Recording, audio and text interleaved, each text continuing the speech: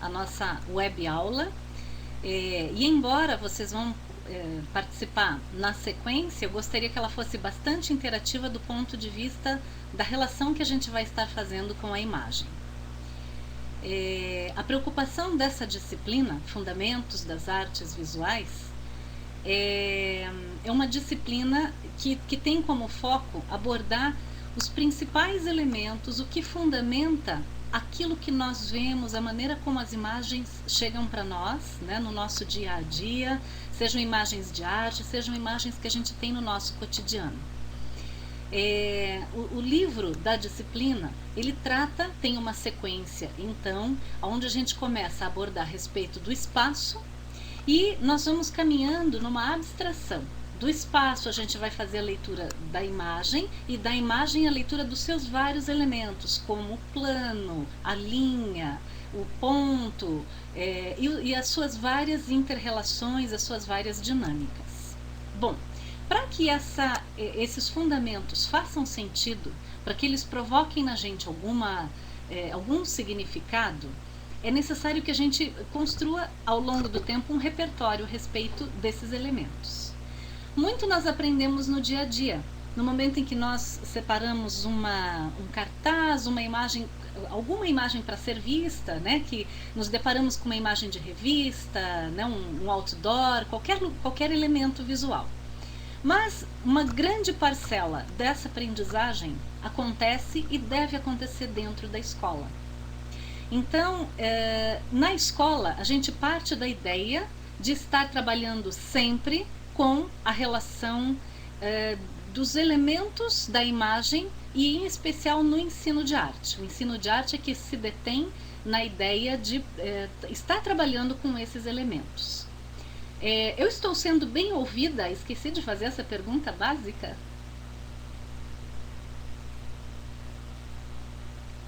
Bom, ninguém reclamou, imagino que sim, né?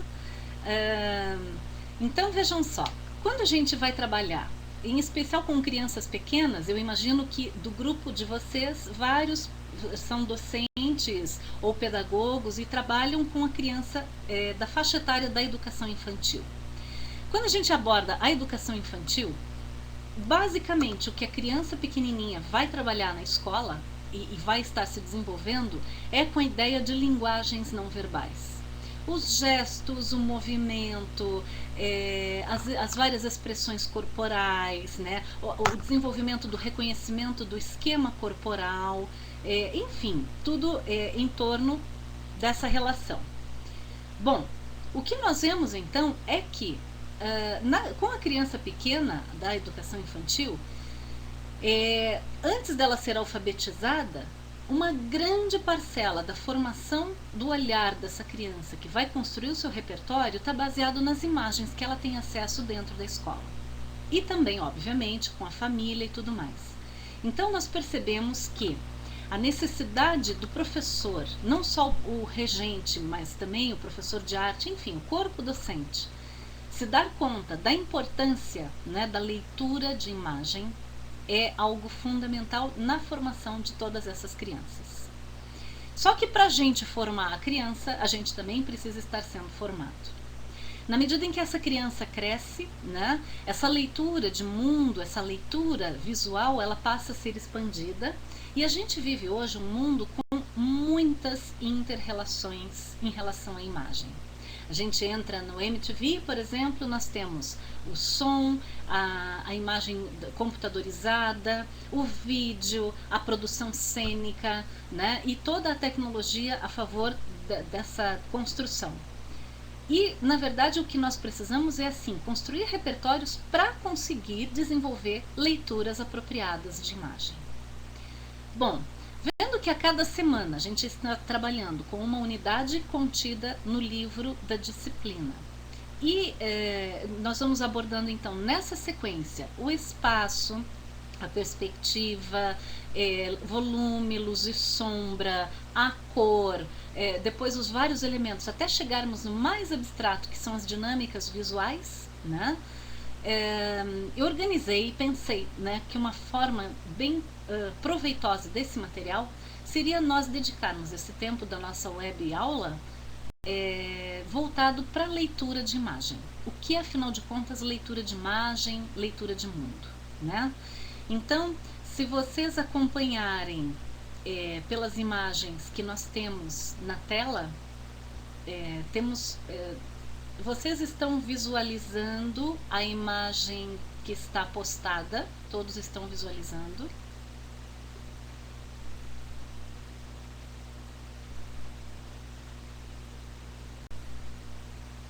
Imagino que sim, né? Estamos então trabalhando com essa imagem que está postada no quadro, tá? Bom, enfim. Se eu estivesse interagindo com vocês, né, para que vocês descrevessem essa imagem, a gente poderia caracterizar essa imagem a partir... Ok. Recebi sim agora. Então, a gente vai ver o seguinte: ela tem uma construção baseada em uma dinâmica bastante grande dos vários elementos. Ela tem intensidade de cores bem misturadas, né? Pinceladas vigorosas, pinceladas bastante fortes, né? Se eu pensar numa estrutura de composição, nós temos assim muitas diagonais construindo a imagem. Vejam que nós temos uma diagonal que sai do canto superior esquerdo e vai para baixo para o canto, quase que para o canto inferior direito, né? Aí um volume bastante grande de tinta concentrado na parte superior da imagem, no terço superior, quase que central, né? E essas marcas, esses elementos da imagem fazem com que o olho da gente se fixe. Ao mesmo tempo ele se fixa e também se movimenta em torno da imagem, né? Nós percebemos que o artista ou a artista construiu muito fortemente baseado no gesto do pincel. Então, muitas tintas, né, nós percebemos assim várias misturas de cores que acontecem praticamente na tela. Não foi uma tinta preparada numa palheta, num suporte para aplicar já homogeneamente na tela. Ao contrário, né? Se nós repararmos algumas manchas mais centralizadas em tons rosados, por exemplo, nós vamos perceber que essa tinta quase que ela foi colocada pura ali na imagem para se misturar então no olho, né, do observador. Vejam, eu estou falando só a respeito de vários elementos. Aí a gente poderia fazer então uma interpretação desses elementos, né? Eu poderia estar falando que essa imagem remete a gente à ideia de uma paisagem, né? Uma paisagem marinha, provavelmente pedras, um movimento de onda, né? Mas eu não tenho mais elementos na imagem que possam me dar um suporte maior em relação a isso, né? Então eu estou fazendo uma suposição de que essa imagem remete a gente à ideia de uma paisagem, né? Quando eu começo a fazer essa leitura, eu estou estabelecendo relações do que eu já conheço, do que eu trago na minha memória e do que eu percebo na imagem, né? Então, o Vygotsky coloca bastante fortemente isso pra gente, que a arte é importante para todas as pessoas, porque todos nós, nas nossas funções superiores, desenvolvemos por meio da nossa memória as relações com o espaço por meio das sensações e das percepções, que geram para a gente várias imagens mentais. Essas imagens mentais elas vão se modificando ao longo de toda a nossa vida. E quanto mais elementos nós agregamos para construir as imagens mentais, melhor e mais repertório a gente constrói. Por isso que a arte é tão importante na escola. Nós estávamos falando das crianças pequenas. Na medida em que elas crescem e que essa leitura vai se tornando mais complexa, nós temos condições de trabalhar com leituras mais aprofundadas em relação aos elementos da imagem. Mas, como eu também tinha dito, é importante que a gente faça esse exercício, né? Então, quando estamos prontos, na verdade nunca, sempre vamos ter imagens que vão nos surpreender ao longo do tempo, né? Que justamente vão fazer o quê? Esse trabalho de desafiar uma nova leitura, de desafiar uma nova possibilidade de interpretação. Eu vou passar para a próxima imagem agora, tá? E nós vamos ver que existe um outro elemento acrescentado a essa imagem, né? Vejam que agora ela está reduzida e eu tenho ali embaixo alguns dados que nos dão pistas a respeito, que ampliam a nossa possibilidade de leitura. Então nós vemos ali que não é um artista, mas é de uma artista, Anita Malfatti, né, artista brasileira do período modernista do Brasil.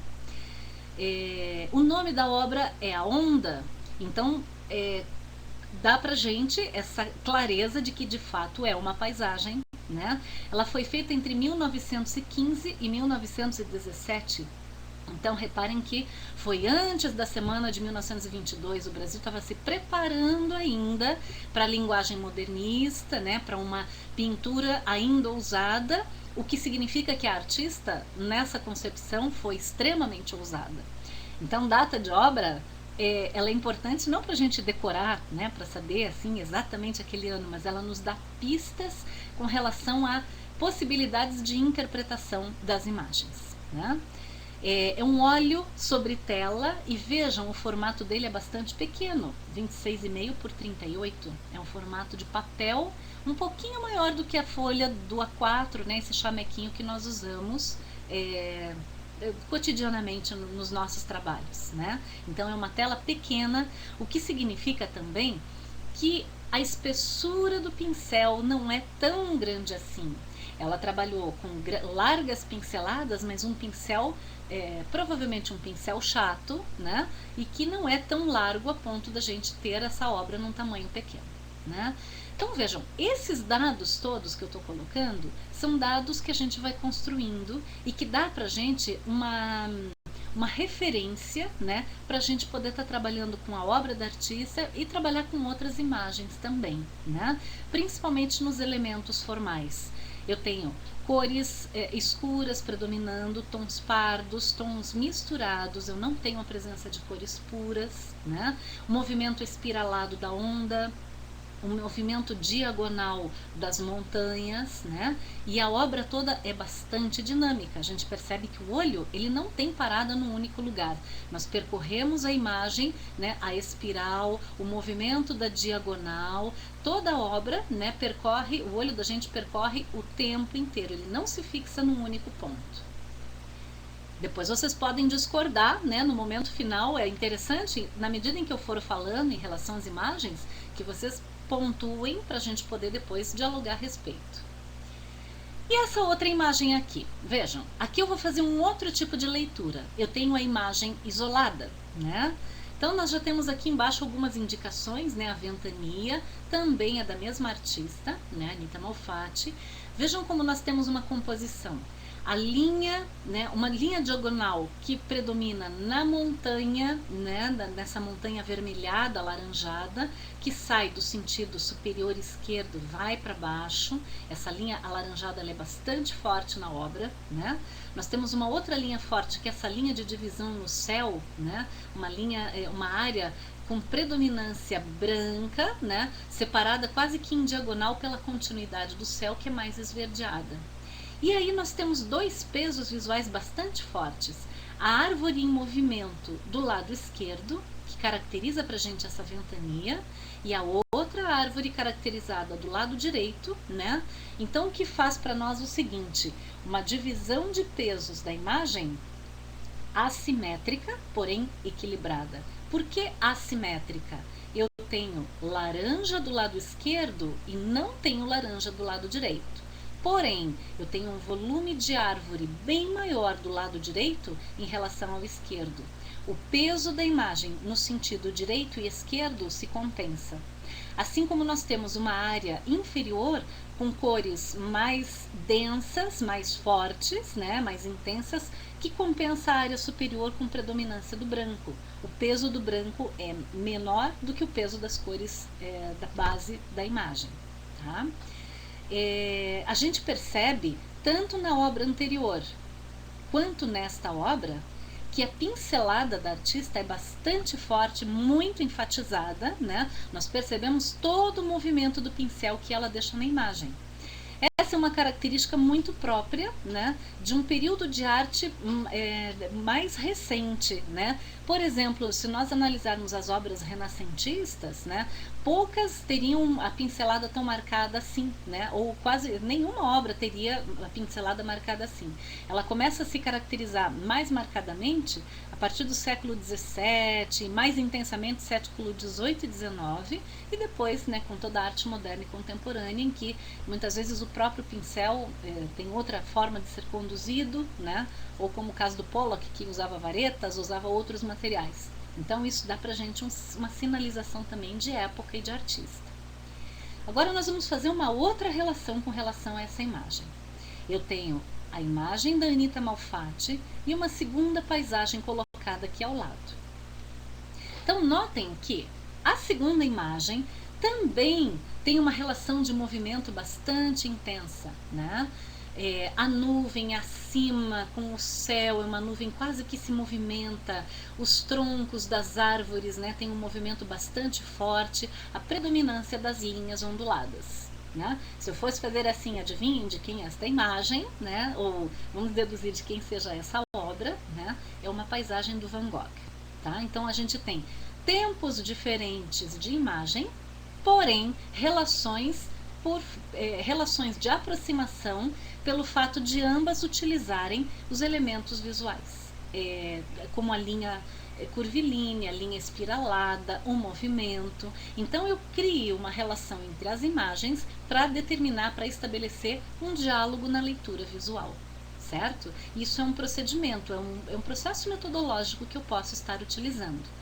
Eu poderia ainda usar uma obra toda com linhas retilíneas ou com um tipo de formas mais geometrizadas e usar a contraposição de leituras, as figuras antagônicas, figuras bastante diferentes, né, para trabalhar uma outra relação com a imagem.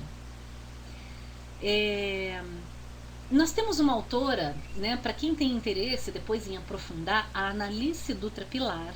É uma autora, ela é do Rio Grande do Sul, ela trabalha há bastante tempo com pesquisa na área de leitura de imagens e ela deixa a frase para a gente assim: ler é atribuir significado, seja a uma imagem, a um texto, a uma sonoridade ou a um movimento. Então, para nós, a leitura tem sentido quando nós estabelecemos significado. Se para nós não há sentido, não há significado, né? A obra ela passa totalmente desapercebida, a imagem passa totalmente desapercebida. Então o significado é a chave do nosso trabalho, principalmente quando levamos isso para a sala de aula. Ao ler, estamos entrelaçando informações do objeto, suas características formais, como nós fizemos agora com a imagem, e também as informações do leitor, no caso eu mesma, né? Seu conhecimento sobre o objeto, suas referências pessoais, sua imaginação. Portanto, a leitura depende do que está à frente dos nossos olhos, né? No caso a imagem, mas também atrás deles, que são as informações do leitor. Na sequência, então, nós vamos fazer um breve exercício de imagem, né? Então, se nós analisarmos esta imagem aqui agora, né? É uma imagem também de um artista brasileiro, né? Eu vou deixar para falar o nome depois. Nós vamos ver que existe. Notem como o nosso olhar ele para na região central da obra, onde há a expressão do personagem, né, que está sendo narrado nessa imagem aqui. O olhar, as mãos esticadas. Notem que o corpo faz uma diagonal na obra, né? Aqui embaixo eu tenho uma outra diagonal que é um machado que ele segura. Essa diagonal leva o olhar da gente lá para trás também para uma casinha, desculpem, é uma paisagem rural, né? Nós não temos nenhum indicativo de prédios ou de estrutura de cidade, né? E o que nós vemos é o seguinte: quando eu entro com outros dados, essa relação da imagem se modifica, né? Então é uma obra do José Ferraz de Almeida Júnior e o nome dela é Amolação Interrompida. A amolação interrompida leva para a gente uma ideia de uma ação. Então, por que ele teria parado? O que o teria interrompido? Eu posso interpretar essa imagem, né? Bom, ele teria parado porque acenou para uma pessoa que passou à sua frente, ou porque levou susto com algo que aconteceu. Essa etapa é uma nova etapa de leitura. Eu já li os elementos formais e daí então eu vou estar trabalhando com a interpretação interpretação da obra. É uma obra de 1894, de um período em que o Brasil trabalhou bastante acentuadamente com as suas características de regionalismo, né? Houve uma exposição em São Paulo, em 99, em que vários artistas foram convidados. Na verdade, a exposição foi em 2000, para fazer uma releitura. O que é releitura? Uma reinterpretação, uma interpretação pessoal da obra do Almeida Júnior. E aqui a gente tem a interpretação então do João Câmara. O que ele faz? Ele trabalha com a ideia do personagem da amolação interrompida e vai trabalhar com a figura do amolador. Mas quem é esse amolador? É alguém que amola, né? É alguém que de uma certa forma incomoda ou interfere em outra pessoa? Notem que isso aqui é uma instalação. Nós temos aqui a base em madeira, a base, né, onde está a pintura na vertical, e uma outra base que é essa terceira, onde a mulher está inserida, esse corpo feminino, né? Então João Câmara faz uma interpretação da obra do Almeida Júnior. Aqui nós temos uma outra interpretação que é bastante interessante também, né? Que é a obra do Alex Fleming, né? Ele lida com a ideia da vida interrompida. Então é bastante metafórico, né? Passa por um simbolismo todo que o Machado pode representar como sendo uma interrupção drástica, algo que se modificou com muita rapidez. E a pintura, né? A vida interrompida. Então aqui no caso um objeto. Bom, esses exemplos dão para a gente a ideia de que, na medida em que nós lemos o mundo, nós apreendemos as várias relações e nós conseguimos estabelecer mais vínculos, né? E o Paulo Freire ensina para a gente assim: aprender a ler e a escrever é aprender a ler o mundo, compreender seu contexto de maneira prazerosa, crítica, envolvente e desafiadora. Esse texto do Paulo Freire, embora ele fale a respeito da alfabetização, nós também trabalhamos, e ele também relaciona a dimensão estética do aprender a ler, né? O Paulo Freire usa bastante esse termo da estética. Então, na medida em que nós interpretamos e lidamos, né, com essas várias possibilidades que os artistas em tempos diferentes dão ao termo amolar, amolação interrompida ou vida interrompida, né, nós vamos ver que são desafios, né, que os artistas fazem para nós, enquanto leitores, né, de estabelecermos novas relações com relação às imagens. Ler uma obra de arte, então, é saboreá-la em suas mais diversas interpretações. Saboreá-la é muito interessante porque é o sabor e junto com o saber. O Rubem Alves ensina bastante isso pra gente, né? Então a autora afirma: saboreá-la em suas mais diversas interpretações, onde cognição e sensibilidade se interpenetram na busca de significados. O primeiro ponto que mais nos chama numa imagem não é aquilo que a gente conhece sobre ela, mas é aonde ela nos toca, aonde ela nos afeta. E esse é o aspecto da sensibilidade, né? Então, na medida em que nós desenvolvemos mais a habilidade com a leitura, na medida em que nós desenvolvemos mais o nosso repertório de mundo, para fazer leitura de mundo, nós também conseguimos nos tornar mais sensíveis aos vários elementos. A primeira ideia é a gente sair de uma obra com um conceito assim: gostei e não gostei, é bonito, não é bonito, ou é feio. E na verdade, quando a gente aprofunda a leitura, nós vamos perceber que nem tudo tem que ser bonito.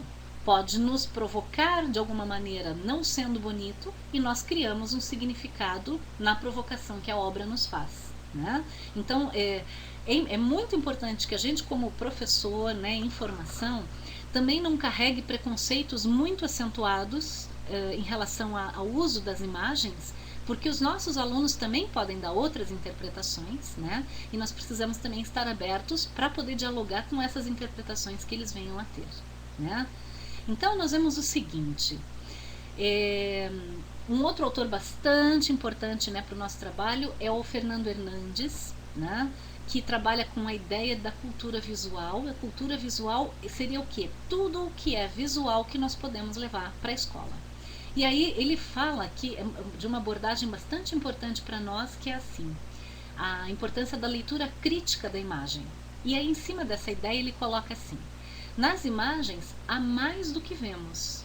É necessária uma investigação dos discursos mediadores. professores, né? Então nós como professores precisamos o tempo todo nos preparar, né, para também acolher o nosso aluno e essas respostas, essas questões que eles trazem em relação às imagens que nós trabalhamos.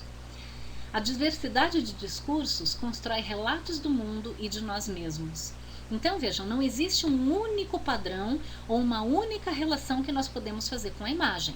A onda que eu mostrei para vocês da Anita Malfatti, eu comecei uma interpretação com os elementos formais, mas nós não chegamos a abordar e não conhecemos em que contexto ela pintou. Ela estava na praia? Que relação ela teve com o mar? Né? Foi uma relação de aproximação, uma relação de medo? Enfim, essas várias possibilidades que a artista possa ter em relação à imagem, né? É bastante importante da gente levar em conta num discurso diverso, né? Cada aluno traria uma relação diferente, então, em relação ao seu espaço. A investigação das temáticas das imagens propõe posicionamentos críticos. Então, a imagem ela não existe só para nos agradar, só para nós nos sentirmos assim felizes, alegres com ela, mas ela pode levar a gente a ter posicionamentos críticos. Como, por exemplo, imagens de documentários, imagens fotográficas que vêm de documentários, às vezes, bastante densos, com noticiários pesados, né? Em que nós percebemos que é importante que nós nos posicionemos também em relação a essa referência que a gente está recebendo. E ainda, a exploração das imagens possibilita ler suas representações de poder.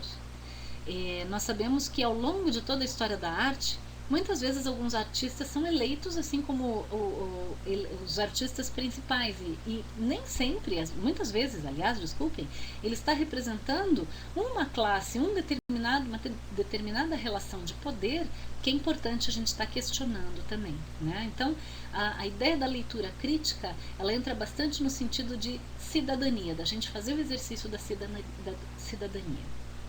Então, a elaboração das imagens, ela ocorre em diálogo com as imagens já existentes. Como eu tinha dito lá no início, como nós carregamos todo um repertório de imagens, e essas imagens nós podemos pensar também, isso acontece com relação ao som, aos movimentos, à postura corporal, nós carregamos na nossa memória todas essas relações estéticas, né? Então, ela ocorre em diálogo com as já existentes. Quer dizer, a gente estabelecer relações entre imagens, entre o que nós vimos ontem, o que nós aprendemos há mais tempo, né, é bastante importante porque esse diálogo ele ocorre o tempo inteiro. A construção de relatos visuais é relacionada com a identidade do aluno. Então, se nós temos alunos que vêm de culturas bastante diferentes, de realidades, né, sociais bastante diversas, provavelmente o discurso deles vai ser bastante diverso. E cabe a nós criarmos essas várias relações, né, para a gente poder ver, para a gente poder ver justamente o que está acontecendo em relação a essa realidade. Eu recebi uma questão aqui do moderador, né, para avisar em relação aos slides. Eu estou mudando aqui, me desculpem, né, e acho que não avisei vocês para fazerem a mudança aí na central, né. Então, vejam, cada cultura, cada diferença cultural, ela vai dar uma contribuição diversificada, né, na interpretação, na leitura como um todo que nós fazemos. Daí a importância da diversidade. Faz a gente pensar numa dimensão muito importante também, um tema extremamente importante hoje na escola, que é a inclusão. Se nós temos uma realidade em que temos alunos de origem indígena, alunos de origem de uma etnia diversa, né, daquela que predomina, e ele apresenta dados que são relevantes, né, na sua etnia, diferentes dos outros, esses dados são muito importantes para compor a realidade, para compor as relações da sala de aula, né? Então, o nosso trabalho com leitura, ele é muito importante como um elemento agregador, como um elemento de possibilitar inclusões também.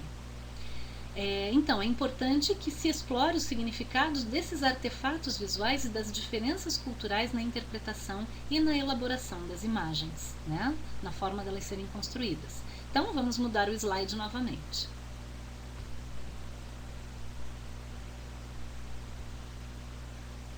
Eu acho que agora passamos para um próximo PowerPoint, né? Se não me engano, é isto? Isso. Vamos aguardar um minutinho para carregar o conteúdo? Então, vejam só. Enquanto ele carrega, Eu vou abordar com vocês agora, mais especificamente, um autor que desde o começo da década de 90 teve uma preocupação muito grande com relação à abordagem das imagens na forma como as pessoas aproveitavam ou pouco aproveitavam nas visitas dos museus. O Robert William Ott, então, né, percebeu que as pessoas passavam muito rapidamente pelas imagens quando iam visitar um museu, né? Nós podemos pensar, nem todas as cidades têm museus, né? Mas todas as cidades têm cartazes, têm outdoors, têm elementos visuais, placas, luminosos, né? Que fazem a comunicação visual. Então nós podemos pensar na dimensão da obra de arte, nós podemos pensar na dimensão daquilo que está na nossa cultura local, naqueles elementos que nós temos no dia a dia, né? Então, baseado na leitura que eu fui fazendo com vocês agora nesse início, né, com relação às imagens que nós vimos, tá? A referência que está nesse slide é a referência do livro. Se vocês tiverem interesse em ter esse livro, é um livro bastante importante, né? Arte, Educação, Leitura no Subsolo, um livro organizado pela Ana May Barbosa. E esse texto é um resumo, né, alguns pontos do texto que o Robert William Ott aproveita, então, que ele apresenta. Ele vai falar de 5 etapas de leitura, e nós vamos perceber que cada etapa vai trabalhar, vai abordar um nível de aprofundamento diferente. Nós começamos dos elementos mais superficiais e caminhamos para o aprofundamento. Eu gostaria muito que a gente pudesse trabalhar, fazer uma apropriação dessa metodologia de leitura, né? E ela vai envolver o exercício final, a atividade que vocês vão fazer após a videoconferência, né? Então, na medida em que vocês forem organizando essas ideias e tudo mais, pensem que ela vai ser aplicada com vocês, tá? A primeira etapa de leitura denomina-se descrevendo. O autor escolheu o gerúndio para todas as palavras, porque todas elas estão em processo. Isso nós fazemos o tempo inteiro. Então, o que é o descrevendo? É olhar cuidadosamente para a obra.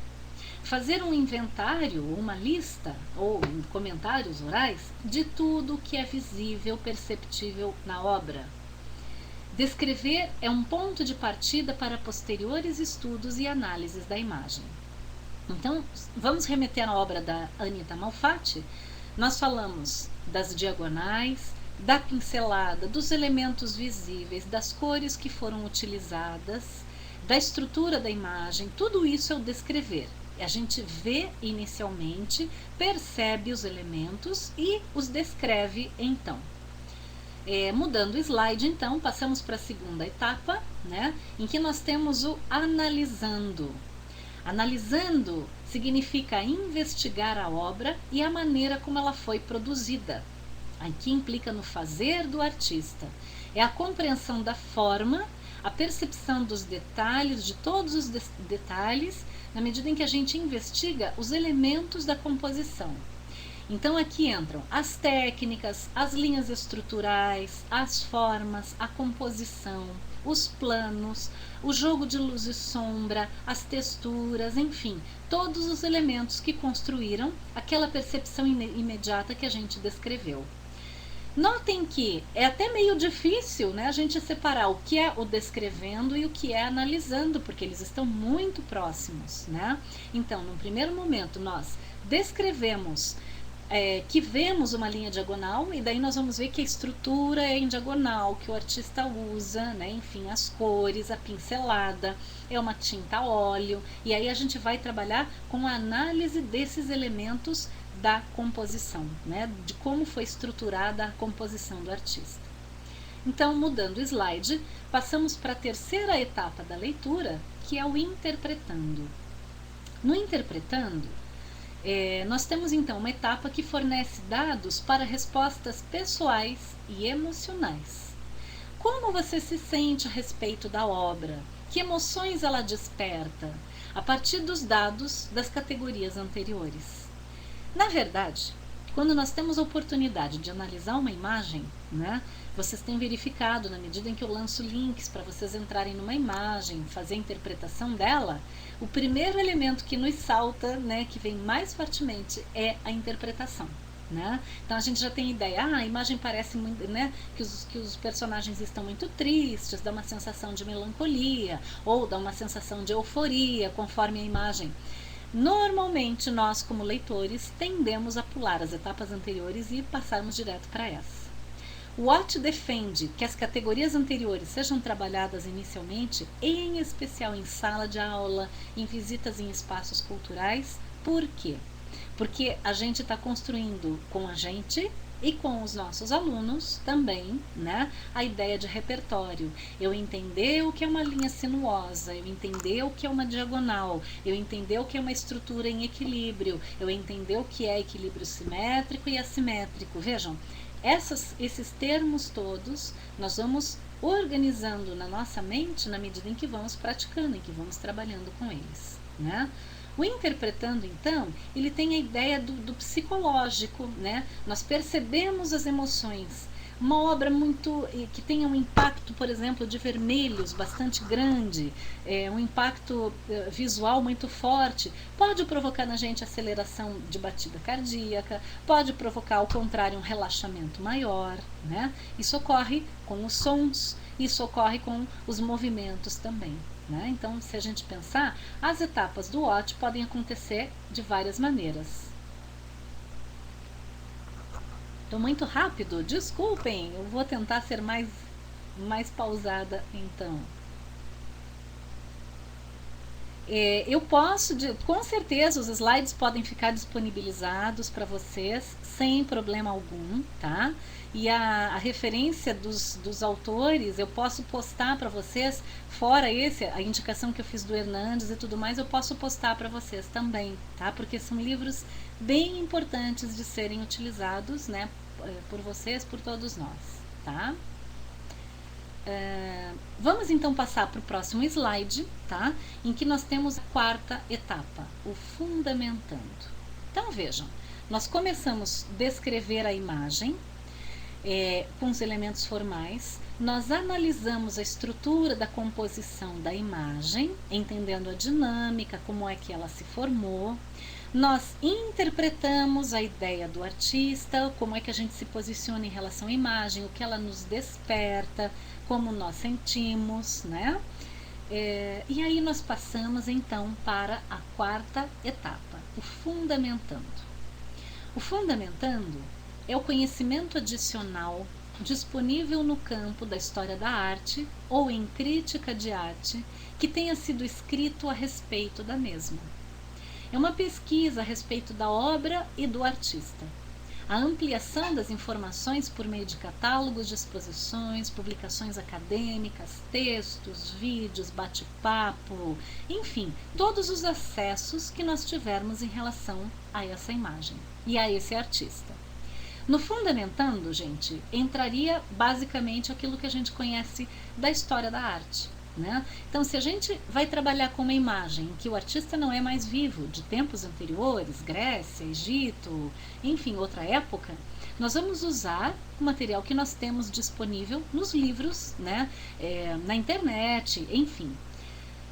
Se a gente vai trabalhar com uma pesquisa mais contemporânea, esse aprofundamento ele pode envolver inclusive o bate-papo com o artista, um vídeo, alguma exposição em que ele tenha feito uma performance que esteja postada, né, que a gente tenha acesso. O fundamentando então é aquela etapa que vai dar consistência nas ideias anteriores e que vai muitas vezes fazer com que a gente entenda por que o artista trabalhou de tal forma. Por exemplo, no fundamentando, eu posso entender que a obra da Tarsila do Amaral, que nós vimos, desculpem, a obra da Anita Malfatti, que nós vimos lá nos primeiros slides, aconteceu, né, numa época em que a artista estava fortemente influenciada pelo expressionismo, porque ela esteve fora do Brasil, ela estudou fora, ela entrou em contato com o movimento expressionista na Alemanha, né? E essa influência de uma pincelada com movimento, com muitas espirais, com muitos ângulos, né? Carregada de tinta e de cor, foi muito forte, né? Foi uma marca registrada na formação dela pela influência do expressionismo, né? Então vejam, cada etapa de leitura faz com que a gente crie um aprofundamento maior que vai fazer com que nós criemos novas relações para novas imagens que a gente venha a fazer esse exercício também, né? Então é muito importante poder ter essa etapa do fundamentando. Bom, o próximo slide então, né, que nós vamos passar agora, vai abordar a ideia do revelando, que é a quinta etapa que o artista propõe. O artista não, o autor. O revelando fala a respeito da criação e a resposta ao processo vivenciado, né, por meio do trabalho prático ou da reflexão escrita. É o trabalho inspirado na compreensão e nos conhecimentos adquiridos no estudo daquela determinada obra de arte, tá? No revelando, então, é aquilo que a gente tem como a prática artística, né? Um exercício de composição, uma recriação, um trabalho com recorte e colagem, com pintura, ou ainda a produção de um texto, tá? Então, nós vemos que tanto uma relação, esse dado plástico como o dado teórico são importantes na etapa do revelando. Quando nós organizamos, pensamos assim, numa sequência de aulas de arte, né? E nós temos um tempo maior disponível para exercitar a criação plástica, ela pode acontecer.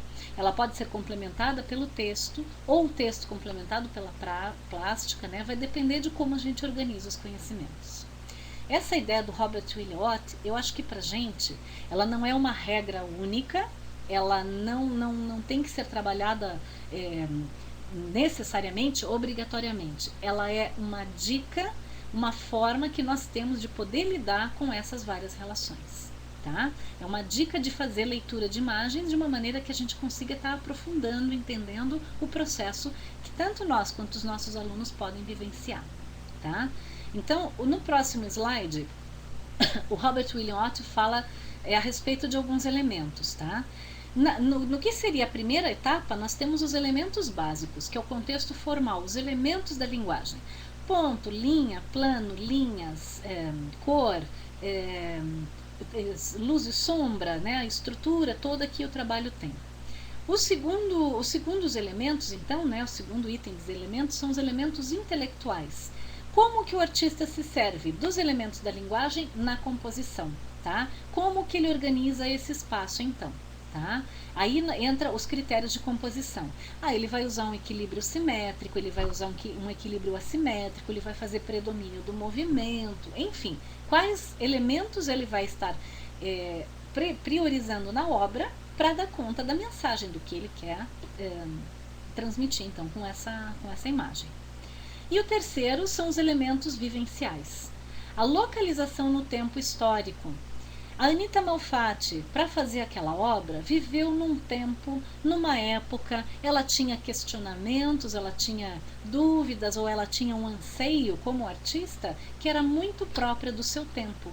Esses elementos vivenciais, eles são importantes da gente localizar, né, para que o nosso aluno também entenda a carga, né, psicológica que existe nesse contexto da arte, né, e que influências esse artista teve então para uma determinada produção, porque ninguém cria no vazio, né, nós criamos a partir de um determinado contexto. Esse também é o último slide, né? E então é estranho, né, a gente fazer um encerramento, não é um encerramento, né? Mas a ideia é assim: a partir do princípio de leitura, leitura de mundo e leitura de imagem, e a partir dessa metodologia de leitura, né, baseada nas 5 etapas, descrevendo, analisando, interpretando, fundamentando e revelando, né? Eu gostaria então de abrir para que vocês possam perguntar, né, a respeito em relação a dúvidas que vocês tenham, tá? Antes de abrir, eu gostaria de colocar assim: a tarefa que vocês vão ter é uma tarefa muito em cima desse momento nosso de aula. Eu selecionei um link, vocês vão estar trabalhando com uma referência de imagem, uma imagem clássica, tá? E vocês vão com essa imagem trabalhar com os 5 elementos de leitura, as 5 etapas. Essa vai ser a tarefa, que eu acho que é uma experiência bem bacana para quem está fazendo essa formação em arte, né? Porque é uma etapa de leitura que vocês poderiam também aplicar na música, no teatro, na dança, né? Seria bem possível também, certo? Então, eu abro a partir de agora para que vocês possam participar e vou respondendo na medida em que vocês postem as perguntas também, ok?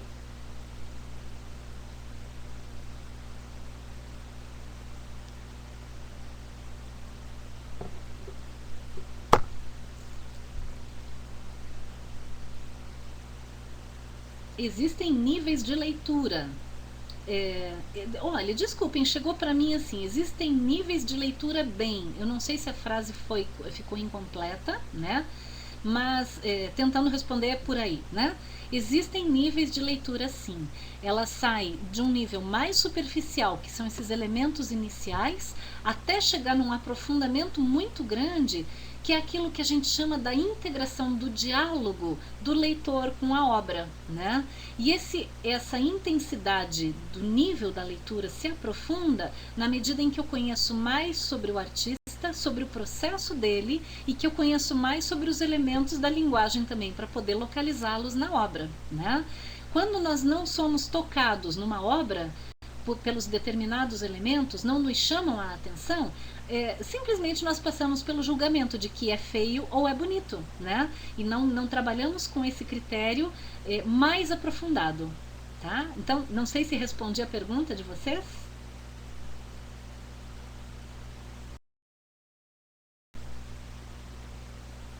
Alguém mais gostaria de fazer alguma questão, trazer alguma questão em relação ao autor ou em relação a essas etapas?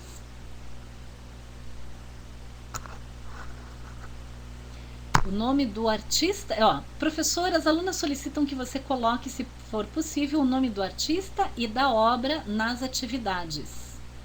Ah, sim. Essa atividade que a gente vai fazer hoje é uma obra do John Constable. É um pintor, foi um pintor inglês do período romântico, né? Então, mas posso colocar sim, sem problema. Vocês pedem isso em relação às atividades futuras, é isso?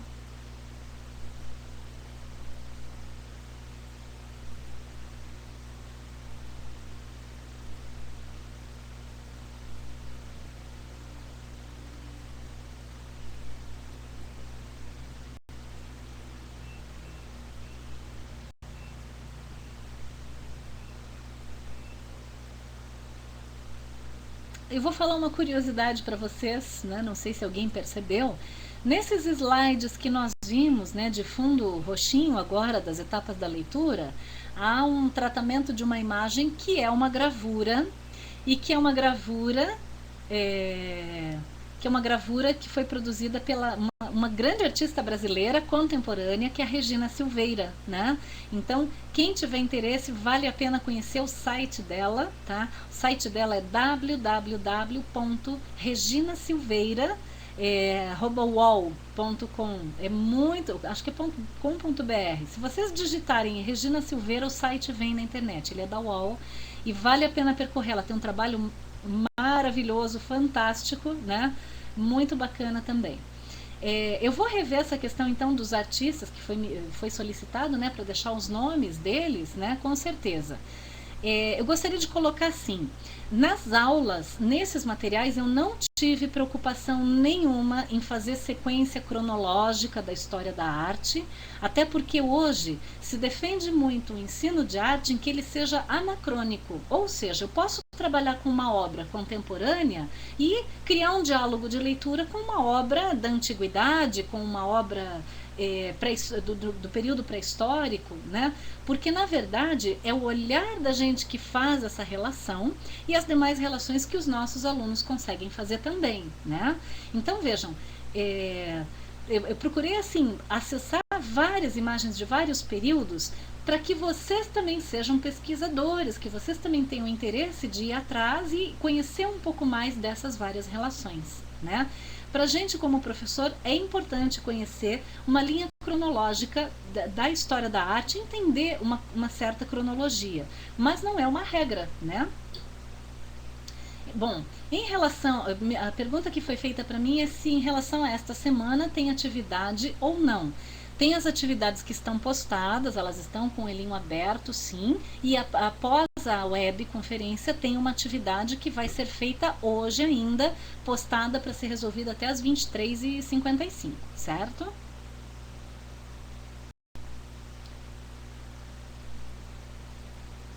A pergunta que veio para mim é assim: professora, você em momento nenhum citou o famoso ponto de fuga. Está contido nessa atividade? Horas! Nós começamos com a ideia da perspectiva, é um dos pontos mais cabeludos que existe, né? Se nós remetermos à ideia da obra da Tarsila do Amaral, desculpem, novamente eu errei, não é a Tarsila, é a Anita Malfatti. O pessoal consegue voltar para mim nos slides, na primeira imagem lá da onda, em relação a Anita Malfatti, aquela primeira obra, vocês conseguem postar para mim essa imagem? O que acontece é assim, né? O pessoal do Polo Goiôerê está colocando a relação do ponto de fuga, né? Nem sempre o artista usa o ponto de fuga, nem toda obra tem. Nós vamos ver que o ponto de fuga foi uma preocupação, sim, até o final do século XIX. E as obras do cubismo, o cubismo foi um movimento que rompeu drasticamente com a ideia do ponto de fuga e da perspectiva como a gente tinha, né? Então, essa obra da Anita Malfatti, que está carregando, eu acho que deve estar carregando para vocês também, imagino, né? Nós vamos ver que não há ponto de fuga, porém há um direcionamento do olhar, um afunilamento do olhar em função da maneira como ela usa a diagonal. A diagonal que a artista usa sugere para a gente profundidade, tá? Então, muitas vezes, a ideia da profundidade ela não está no ponto de fuga em si, mas ela está no modo do artista trabalhar e articular com esses vários elementos, como é o caso dessa obra, A Onda, da Anita Malfatti, tá? Parece uma outra questão assim, os alunos estão questionando em relação às imagens para análise disponíveis no Moodle, que elas são muito pequenas e com zoom fica distorcida. Bom, eu acho que depende da resolução. Eu procurei salvar num link, no meu computador não deu problema no momento de salvar.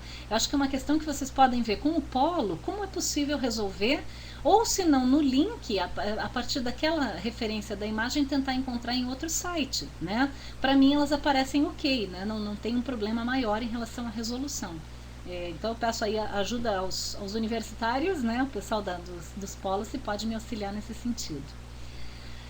Os alunos estão falando que os textos postados são muito complexos e que gostariam que fosse postado o livro da disciplina. O livro da disciplina chegou com correção para mim hoje, então eu pretendo entre hoje e amanhã já postá-lo, vocês vão ter, certo? E eu gostaria de colocar uma questão, gente. Esse campo dos fundamentos da linguagem visual, ele exige de vocês com certeza um fôlego bastante grande, e meu também, porque é um conteúdo extremamente complexo, né? Nós tentamos reunir assim num livro de 87 páginas um conteúdo imenso que autores aí em 500 páginas não dão conta, né? Então são fragmentos de ideias que realmente pedem uma atenção maior. Realmente eu busquei textos com menos complexidade, mas é bastante difícil. Nós percebemos o seguinte: há uma defasagem muito grande na atualidade em relação a autores que abordam sobre os elementos da linguagem visual, né? Não temos muitas opções em relação a isso. Então exige de vocês um fôlego e nada impede que vocês possam usar outros materiais também mais acessíveis, ok? Nós temos uma outra questão que acho que a atividade foi postada em lugar errado, pois nesta semana não consta atividade. Eu vou me informar em relação a isso com o pessoal do departamento, porque na minha versão tem 2 atividades que é de leitura de imagens no laboratório de atividades, e elas estão com o olhinho aberto, tá? Então eu vou confirmar por que não está aparecendo para vocês, porque para mim ela está ok, ainda hoje à tarde eu dei uma conferida. Vamos ver então o que aconteceu. Então, eu gostaria de saber de vocês, assim, com relação aos processos, se os polos podem me dar uma indicação, né, se foi esse conteúdo de hoje ficou claro, se ficou alguma dúvida em relação a essas etapas que eu estou apresentando da leitura? Se a leitura que eu fiz para vocês dá uma certa clareza para vocês poderem fazer isso também na sequência dos trabalhos, né?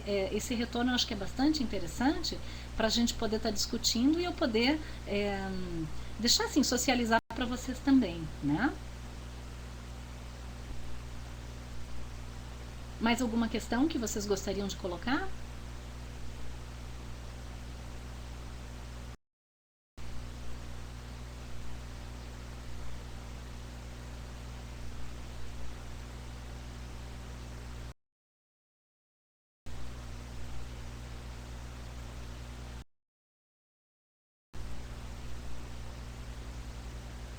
Vou aguardar mais um minutinho, tem um Paulo digitando uma mensagem aqui.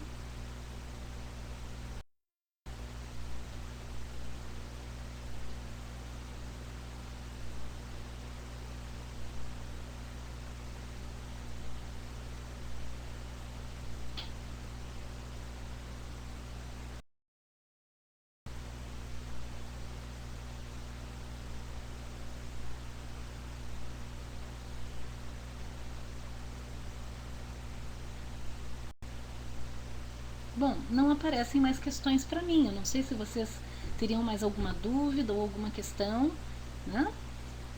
Acho que é só. Ótima aula, professora. Muito obrigada. Né? Eu fico muito feliz, é bastante gratificante, tem sido um desafio bastante grande para mim. Eu sou professora há 20 anos, né?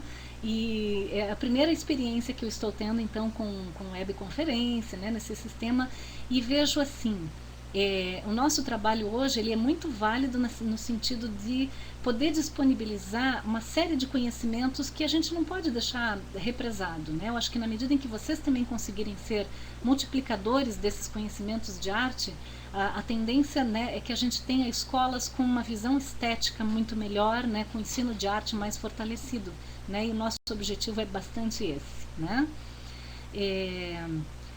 Apareceu uma questão para mim assim: você irá postar as atividades da semana passada? Tivemos problemas com provas anteriores, precisamos das atividades para postar. Eu vou ver, caso não haja impedimento em relação ao departamento de artes, para deixar aberto mais uma semana, da minha parte não teria problema, certo? Então, se eu tiver essa disponibilidade, se for possível, eu deixaria em aberto. Parece que várias pessoas não conseguiram acessar, eu vi isso em vários e-mails, né? Então, da minha parte não teria problema algum, poderia abrir para vocês sim, ok?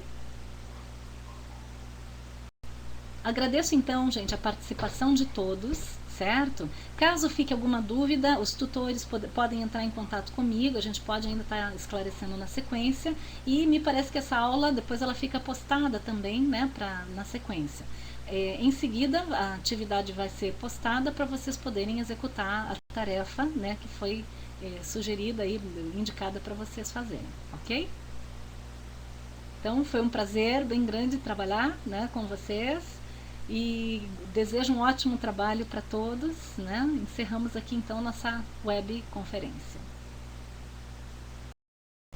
Boa noite, tudo de bom para vocês, um bom curso, né? Bastante fortalecido e estudem bastante. Ok.